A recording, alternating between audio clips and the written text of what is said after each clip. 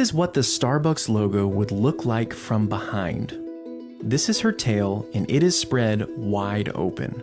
Now, it's important for you to understand that this design was intentional and kind of creepy, as you'll see throughout this video.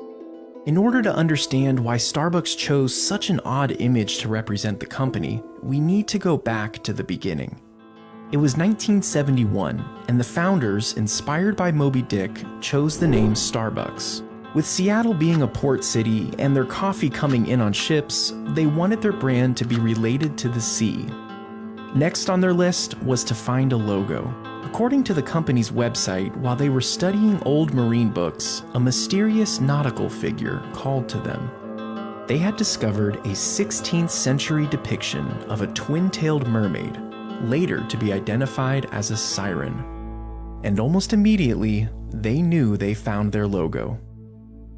You might assume that they chose the siren because it looked like a mermaid and lived in the sea, but there's actually a deeper and darker reason behind their decision. You see, the siren has its own history that's sort of troubling, and the original founders knew this.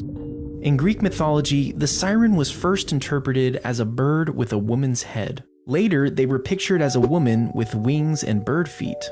They continued to evolve into a dragon-type beast, until finally being interpreted as the mermaid creature we see today. Regardless of the different variations, the characteristics of the siren remained consistent. They were seductive and violent. They used their beauty to seduce sailors to come with them in the water. Typically, a siren would sing and the sailors would be unable to keep themselves from her. They would literally jump into the water and to their deaths.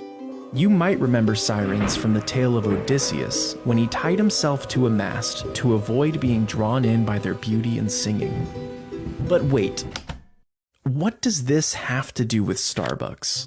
Didn't they just choose the siren because it looked like a mermaid? Well, look at the first logo. The siren's chest was bare and her split tail was seductively spread wide open. This depiction was no accident. The owners expected people to see Starbucks, smell Starbucks, and desire Starbucks. Just like the sailors couldn't deny the seduction of the sirens, the founders of Starbucks wanted to make you unable to resist their coffee. And this isn't speculation. Former chairman and CEO Howard Schultz wrote that early siren, bare-breasted and Rubenesque, was supposed to be as seductive as coffee itself. As the company started to grow, they ran into a problem. This seductive, bare-breasted creature was a little too risque when it was scaled up in size. By changing the artwork to make her more appropriate, Starbucks was able to put the image on their trucks without backlash. And over the next 20 years, the logo became even more tame. However, through all these variations, one thing has remained consistent. The siren has always been the focal point.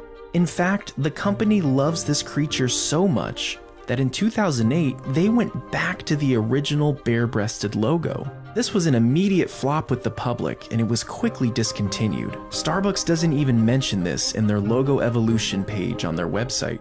But it goes to show how dedicated they are to this creature. And you might think that seduction and irresistibility make for a creepy marketing strategy. But at the end of the day, it is working.